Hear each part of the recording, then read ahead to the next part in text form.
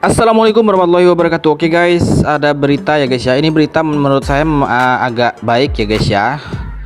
Oke, jadi G20 membahas mata uang digital ya guys ya, atau cryptocurrency, dan katanya akan segera bakal diakui oleh dunia ya guys ya. Dan apa hubungannya dengan Pi Network guys? Apakah Pi Network tidak jadi diblokir di Indonesia? Dan apakah Pi Network nanti akan diterima di Indonesia? Mari kita bahas ya guys ya. Jadi ini ada artikel guys, judulnya G20 bahas mata uang digital bakal segera diakui dunia ya guys ya. Oke, di sini Gubernur Bank Indonesia Peri Warjio mengungkapkan pandemi COVID-19 telah membuat masyarakat mulai beradaptasi dengan pembayaran digital. Oke guys, kita flashback kembali ke 2020 kemarin ya guys ya, ketika pandemi menghantam di seluruh dunia ya guys ya, terutama di Indonesia juga. Nah, di kala itu tahun 2020 2021 ya guys ya, kripto, semua aset kripto ya guys ya, terutama kripto aset itu terbang tinggi ya guys ya. Ada bahkan yang naik sampai ratusan persen, bahkan ada yang naik sampai ribuan persen ya guys ya. Nah, di situ sudah banyak orang ya mulai mengenal kripto guys. Kemudian kripto di situ sangat booming ya guys ya, sangat booming sekali. Dan kemudian Ferry menjelaskan telah mengesahkan Dewan Stabilitas Keuangan atau The Financial Stability Board atau FCB pada presidensi G20 di bawah pemerintahan Arab Saudi. Nah, itu ya guys ya. Presidensi G20 2020, kata Ferry, telah mengesahkan peta jalan FCB untuk meningkatkan pembayaran lintas batas. Tahap awal implementasi peta jalan tersebut, kata Ferry, sedang dilakukan dan presidensi G20 2022 kali ini harus ditingkatkan. Nah, itu ya guys ya. Ini saya mengingatkan bahwa tujuannya Pi Network itu guys ya, ini menjadi mata uang global ya guys ya. Ini sangat bagus untuk perkembangan Pi Network ke depan nanti ya guys ya. Memang beberapa minggu belakangan ini Pi Network memang gempar ya di Indonesia ya guys ya, karena mencatut nama Wakil Menteri Perdagangan ya guys ya. Nah, itu karena ulah orang-orang yang tidak bertanggung jawab ya guys ya. Sudah, biarin, nggak usah kita ingat-ingat ya guys ya, kita fokus ke depan, jangan fokus ke belakang ya guys.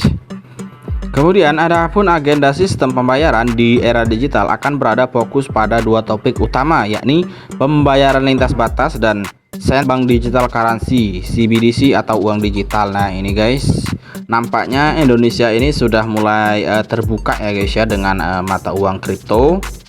Tapi di Indonesia sendiri kripto itu masih menjadi komoditas ya guys ya, atau aset. Nah, kemungkinan guys ya, seiring berkembangnya zaman, kripto ini mungkin ke depan akan segera diakui untuk alat pembayaran ya guys ya. Mudah-mudahan aja ya guys. Kemudian pembahasan lebih lanjut pembayaran di era digital dan CBDC pada presidensi G20 2022 diharapkan dapat mendorong pembayaran lintas batas yang lebih murah, lebih cepat, transparan, dan mudah diakses. Nah, ini ya guys ya, kripto ini guys semakin tahun ya guys ya, semakin tahun semakin naik ya guys ya. Memang kadang ada siklus 4 tahunan ya guys ya, dimana kripto itu harganya jatuh dalam ya guys ya. Ini sudah beberapa kali ya saya mengalami seperti ini ya guys. Dan mudah-mudahan 2025 nanti ya guys ya, 2025 nanti CBDC segera diterbitkan ya guys ya. Dan mudah-mudahan di 2025 nanti akan ada perubahan dari regulasi tentang kripto ya, terutama di Indonesia ya guys ya.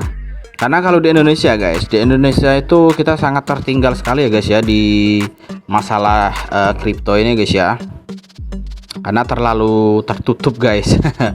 Oke, kemudian serta bagaimana dapat menjalin kerjasama yang lebih kuat untuk lebih memahami implikasi CBDC terhadap sistem moneter internasional, termasuk pada spillover dan aliran modal, jelas Perry dalam 1ST Finance Ministers and Central Bank Governors meeting pada perhelatan presidensi G20 di Jakarta. Kemudian seperti diketahui, roadmap yang disampaikan FCB mencakup 4 bidang, yaitu data, pengungkapan, analisis kerentanan, serta perangkat peraturan dan pengawasan. Nah ini ya guys ya. Di Indonesia sendiri, CBDC atau dikenal sebagai rupiah digital ini saat ini masih dikembangkan oleh Bank Indonesia. Keuntungan adanya rupiah digital, dalam kali kesempatan Peri mengungkapkan akan meningkatkan efisiensi dari ekonomi. Nah ini ya guys ya. Saya rasa ya guys ya. Karena di Indonesia ini kripto ini masih sangat guys ya, masih sangat guys ya, orang-orang tuh menganggapnya negatif ya guys ya, yang kripto dibilang judi ya guys ya, yang dibilang macam-macam guys. Semoga dengan terbitnya CBDC nanti guys ya, dan pengesahannya nanti yang entah kapan, mungkin 2025 ya guys ya, ini bisa meningkatkan perekonomian ya guys ya. Sehingga Bank Indonesia akan mengeluarkan digital rupiah dan akan diedarkan melalui teknologi platform blockchain, sehingga betul-betul efisien dalam distribusi rupiah digital. Oke guys, tidak dipungkiri guys ya, teknologi sekarang semakin berkembang ya guys. Yang dari web 1, web 2, kemudian web 3 ya. Web 3 sekarang masih dirancang katanya guys. Dan Pi Network ini sendiri adalah pelopor ya, salah satu pelopor dari web 3 ini juga ya guys ya. Dan teknologi blockchain ini menurut saya sangat guys ya, sangat bagus ya guys ya kalau dipakai di negara kita ya. Karena semua data-data ya guys ya, data-data kita bisa dibaca di blockchain ya guys, data transaksi dan data yang lain-lain. Sehingga Bank Indonesia akan mengeluarkan digital rupiah dan akan diedarkan. Oke, ini udah dibaca tadi guys ya, lupa, sorry. Kemudian demikian juga dalam transaksi di pasar uang itu akan efisien dan 0 rupiah transaction cost, karena tersambung dalam sistem digital currency sesuai distributed ledger teknologi dalam konteks wholesale rupiah.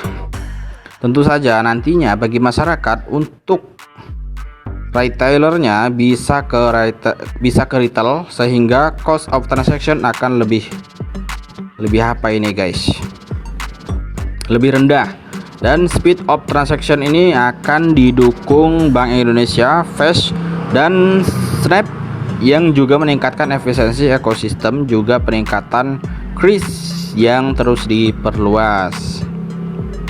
Di Indonesia lagi, sorry guys, di luar Indonesia ya guys ya, sudah banyak ya saya lihat postingan di media sosial ya, baik di Twitter baik di YouTube.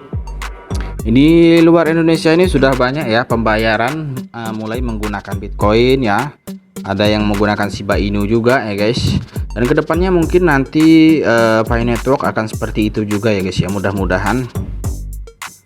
Peri Warjio menambahkan, efisiensi yang ditimbulkan oleh CBDC akan meningkatkan perputaran ekonomi dan ujungnya pada pertumbuhan ekonomi, bisa juga meningkatkan inklusi keuangan. Nah ini ya guys ya, sebetulnya kalau kita pikir guys, lebih simpel menggunakan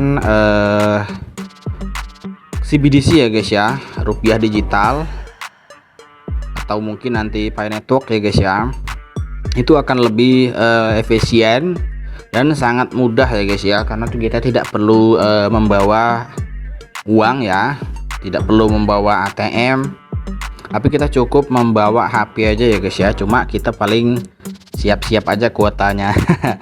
Oke, namun ada resiko teknologi cyber security dan itu yang kami pertimbangkan. Oke guys, nah ini pertimbangannya karena resiko teknologi ya guys ya, kemudian keamanan, dan itu yang kami pertimbangkan katanya di sini guys. Jadi Indonesia ini masih mempertimbangkan untuk menggunakan CBDC nanti guys.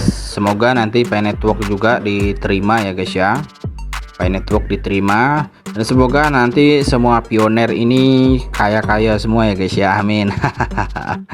Oke guys ya, jadi ini beritanya ya, beritanya ini G20 membahas mata uang digital dan akan segera diakui dunia. Nah itu ya guys ya, saya masih ingat dulu ya guys ya, di tahun 2010 ya, ketika itu saya menonton di televisi dan itu membahas uang digital ya guys ya.